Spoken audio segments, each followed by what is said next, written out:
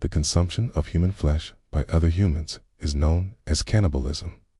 It's a practice that has existed throughout history and across various cultures, driven by a complex range of factors.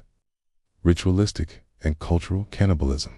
In some societies, cannibalism was a significant part of religious or cultural rituals.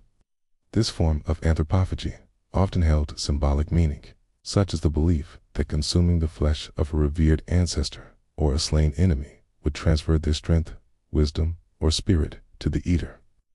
The practice could also be a form of funerary rites, where the body of the deceased was consumed by relatives to keep their essence within the family circle. This was often seen as an act of respect and a way to avoid the body's decay. Survival cannibalism. Perhaps the most well-known and documented form is survival cannibalism.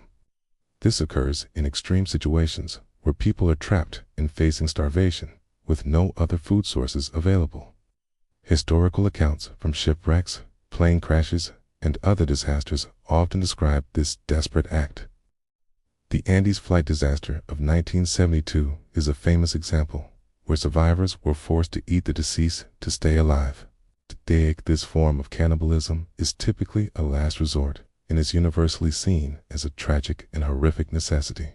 Pathological cannibalism. In rare cases, cannibalism is associated with severe psychological disorders. This is referred to as pathological cannibalism and is a phenomenon linked to serial killers and individuals with extreme mental health issues.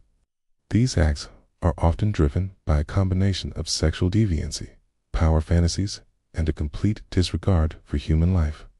Individuals who commit these acts are often deeply disturbed, and their crimes are seen as some of the most heinous.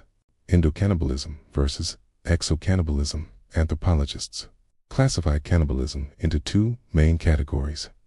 Endocannibalism is the practice of eating members of one's own community or tribe. As mentioned, this was often done in ritualistic contexts, particularly as a way of honoring the dead. Exocannibalism involves eating individuals from outside one's community, such as enemies captured in warfare. This was frequently an act of aggression and domination, meant to humiliate the defeated enemy and demonstrate the victor's power.